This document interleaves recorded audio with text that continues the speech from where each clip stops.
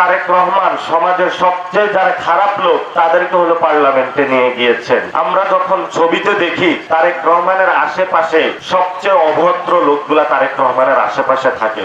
আওয়ামী লীগের খুনি বাহিনী গুলো ছাড়াই যাইতেছে। তারেক রহমান, সালাউদ্দিন আহমেদ বলুক যে তারা এই ধরনের খুনিদের পোষে। ২৪-এর ৫ আগস্ট শেখ হাসিনা সরকারের পতনের পর ইউনূসের ১৮ মাসের শাসনামলে দেশকে মব রাজ্য বানানো শিশু রাজনৈতিক দল জাতীয় নাগরিক পার্টির অন্যতম শীর্ষ নেতা নাসির উদ্দিন পাটোয়ারি ও সার্জিস আলম সহ ১০ নেতার বিরুদ্ধে এবার মামলা হয়েছে। হবিগঞ্জে উস্কানিমূলক বক্তব্য দিয়ে সংঘাত উস্কে দেয়া, হত্যা চেষ্টা, হামলা, ভাঙচুর ও ছিনতাইয়ের অভিযোগে ছাত্রদলের পক্ষ থেকে মামলাটি দায়ের করা হয়েছে।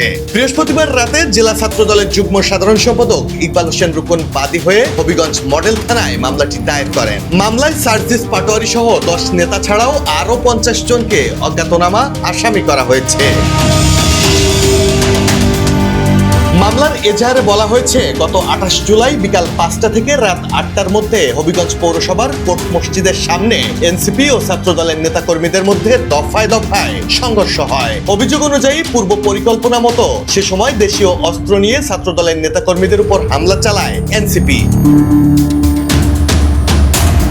বাদীর দাবি, কেন্দ্রীয় কর্মসূচির অংশ হিসেবে জুলাই আন্দোলনে নিহত রিপন শীলের পরিবারের সঙ্গে সাক্ষাৎ এবং শোকসভায় যোগ দিতে সেখানে জড়ো হয়েছিলেন ছাত্রদলের নেতাকর্মীরা।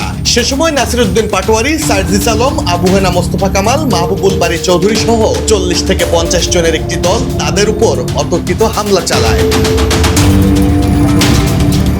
Desk report, politics BD.